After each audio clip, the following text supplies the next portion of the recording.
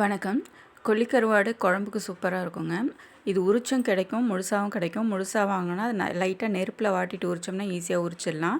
தலை வேஸ்ட்டெல்லாம் எடுத்துட்டு இந்த மாதிரி சீப் சீப்பாக கிடைக்கும். அதை நல்லா கழுவிட்டு தண்ணியில் ஊற வச்சுக்கலாம். குறைந்தது ஒரு 2 மணி நேரமாவது ஊற வச்சா நல்லா சாஃப்டாகிடும். அதுக்கப்புறம் சட்டியில் எண்ணெய் ஊற்றிக்கலாம். நல்லெண்ணெய் விட்டு வடகம் தாளித்து கருவேப்பிலை, பூண்டு, வெங்காயம், தக்காளி, கத்திரிக்காய், பெலாக்கொட்டை, பல்லு பல்லாக அரிஞ்ச தேங்காய், மஞ்சத்தூள், உப்பு, கருவாடுலேயும் உப்பு இருக்கும், அதனால் உப்பு பார்த்து சேர்த்துக்கணும். எல்லாம் சேர்த்துட்டு தேவையான அளவுக்கு தண்ணி விட்டு கொஞ்சம் நேரம் வேக வச்சுக்கலாம்.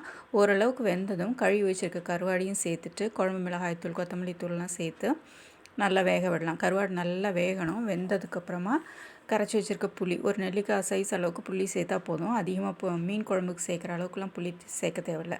புளி நல்லா கொதித்ததும் தேங்காய், அரைச்சி வச்சுருக்க தேங்காயையும் ஊற்றிட்டு ஒரு தேங்காயில் ஒரு 1/4 தேங்காய் அந்த அளவுக்கு அரைச்சி ஊற்றிட்டு நல்லா கொதித்ததும் இறக்குனா குழம்பு ரெடி ஆகிடுங்க. தேங்க்யூ.